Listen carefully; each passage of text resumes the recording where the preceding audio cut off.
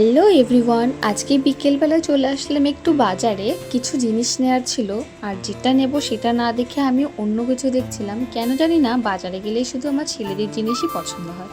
তা আমার তো কেনাকাটা হয়ে গেছে, বেশি কিছু কিনিনি, আর সেটা আমি তোমাদেরকে দেখাতে পারলাম না। আর এটা হচ্ছে আমাদের বাতকুল্লা বাজার। তারপরে গাইজ আমার বান্ধবী চলে এসেছে। আজকে তো প্রচুর কাউতালি হবে, তার জন্য আমরা স্টেশনই বেছে নিয়েছি কাউতালি করার জন্য, কারণ যেখানে সেখানে কাউতালি করলে পাবলিকের কাছে মার তো নিঘাত। আর এখানে এসে আমার খুব খেতে ইচ্ছা করছিল আলু কাবলি, তাই ঝাল ঝাল করে আলু কাবলি সবাই মিলে ভাগযোগ করে খাচ্ছিলাম। আর আমার বোন তো খাচ্ছিল না, খুব ব্যস্ত মানুষও।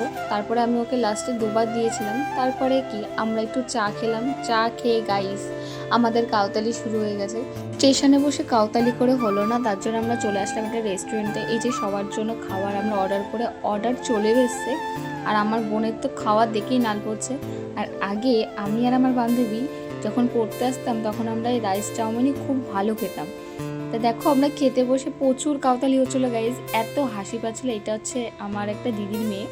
ইয়ার্কি আড্ডা মারতে মারতে অনেকটা সময় কাটিয়ে ফেলেছিলাম। আর এদিকে তো আমরা সবাই গল্প করছিলাম, খাওয়া দাওয়া করছিলাম। তোমরা কোথা থেকে আমাদের ভিডিওটা দেখছো প্লিজ একটু কমেন্টে জানিও। ভিডিও করে ছাড়তে তো দারুণ মজাই লাগে, কিন্তু তোমরা আমাদের সেই ভালোবাসাটা দিচ্ছ না বলে ভিডিও বানাতে তো দারুণ লাগে। তোমাদের কেমন লাগে দেখতে প্লিজ জানিও।